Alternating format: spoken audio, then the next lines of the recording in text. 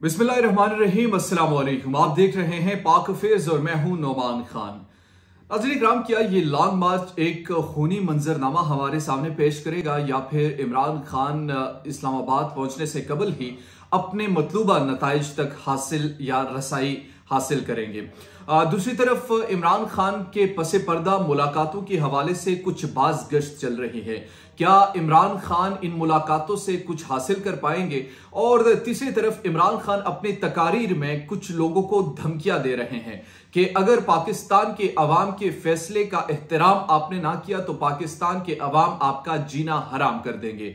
क्या पाकिस्तान में जो ताकतवर हल्के हैं वो इमरान खान को अब किस नजर से देख रहे हैं? आज के इस व्लॉग में हम आपको बताने वाले हैं कि क्या वो इमरान खान को इतना सीरियस ले रहे हैं, क्या इमरान खान इतने वाकई ताकतवर बनते उनके लिए जा रहे हैं या नहीं। आज के इस मुकम्मल व्लॉग में आपसे तफसीलन इस हवाले से गुफ्तगू करेंगे। सबसे पहले इमरान खान के लॉन्ग मार्च के हवाले से गुफ्तगू करते हैं। इमरान खान का जो लॉन्ग मार्च है इसमें बुनियादी तौर पर दो बड़े अहम मुतालबात है। फिलहाल जो एक मुतालबा है वो सामने से कर रहे हैं कि अर्ली इलेक्शन उनको चाहिए। अब इस हवाले से कुछ पसे पर्दा बातें भी चल रही, वो उस पर बाद में सेकंड फेज में आते हैं। दूसरा जो इनका मुतालबा है बेसिकली कि आर्मी चीफ की तैनाती में उनका हिस्सा होना चाहिए। और इस हवाले से उन्होंने पिछले दिनों शहबाज शरीफ ने ये खबर ब्रेक की थी कि मुझे इमरान खान ने इस हवाले से अप्रोच भी किया था। अब आते हैं कि इमरान खान की ये दो मुतालबात क्या आईनी है या गैर आईनी है। अच्छा, यहां पर आपको जरा पीछे जाना पड़ेगा इस हवाले से कि इमरान खान की हुकूमत थी, इस हुकूमत को गिराया गया और जब गिराने के बाद इमरान खान ने इंकशाफ किया कि बैरूनी कुव्वतों के साथ मिलकर पाकिस्तान की अंदरून मीर जाफरों ने उनका साथ देकर मेरी हुकूमत को गिराया गया। अब उसके बाद इमरान खान ने इसको तवातुर से एक बयानिया बनाया। इस बयानिए का तोड़ मौजूदा हुकूमत और मौजूदा एस्टेब्लिशमेंट के पास कोई दूसरा नहीं था। तभी हमने देखा कि एस्टेब्लिशमेंट के दो नुमाइंदे हमारे सामने आते हैं और वो एक प्रेस कॉन्फ्रेंस करते हैं इमरान खान को ठेस पहुंचाने के लिए। मगर उस प्रेस कॉन्फ्रेंस के जरिए से भी जब बयानिया ना बना और पाकिस्तान के अवाम का जो रिएक्शन था वो अनएक्सपेक्टेड था, इस हवाले से उल्टा डीजी आईएसपीआर और डीजी आईएसआई पर तंकीद होना शुरू हुआ कि एक पॉलिटिकल प्रेस कॉन्फ्रेंस उन्होंने की। इस हवाले से पब्लिक का जो एक बयानिया है वो इमरान खान ने बना दिया। इमरान खान ने इस हवाले से जवाब दिया कि मैं आपको जवाब नहीं देना चाहता, मेरे फौज को नुकसान होगा, लेकिन आपने एक पॉलिटिकल प्रेस कॉन्फ्रेंस की और उस पॉलिटिकल प्रेस कॉन्फ्रेंस इस तरीके से थी कि जिस तरीके से शेख रशीद भी नहीं करता। अब तीसरी चीज बड़ी अहम है। तीसरी चीज यह है कि इमरान खान को किस नजर से देखा जाता है।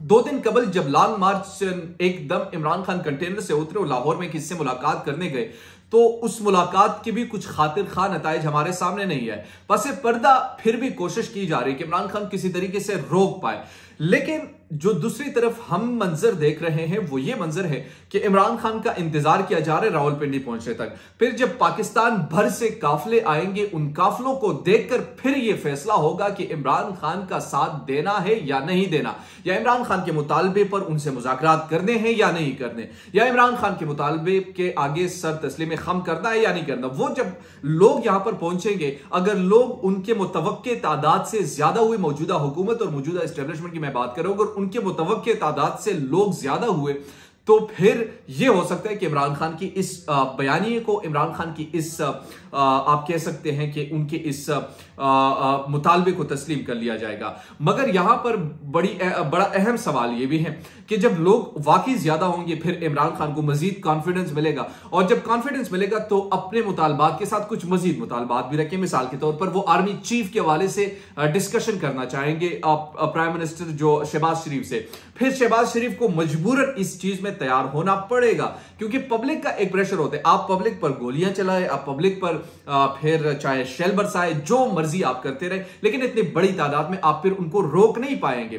फिर चाहे आप पूरे इस्लामाबाद को रेड जोन डिक्लेयर कर दे या 0 पॉइंट तक कर दे, फिर फर्क नहीं पड़ेगा, आप फिर रोक नहीं पाएंगे। क्योंकि अगर मैं कम तादाद भी अपने हिसाब से लगा लूं, अगर 30,000 भी आते, 40,000 भी आते, तो इसका पूरा इस्लामाबाद जहम करने के लिए बहुत बड़ी तादाद है। आप इसे आसानी से नहीं कर सकते। और तादाद तो मेरी नजर में कम से कम 2 लाख से ज्यादा की तादाद इस्लामाबाद तक आएगी।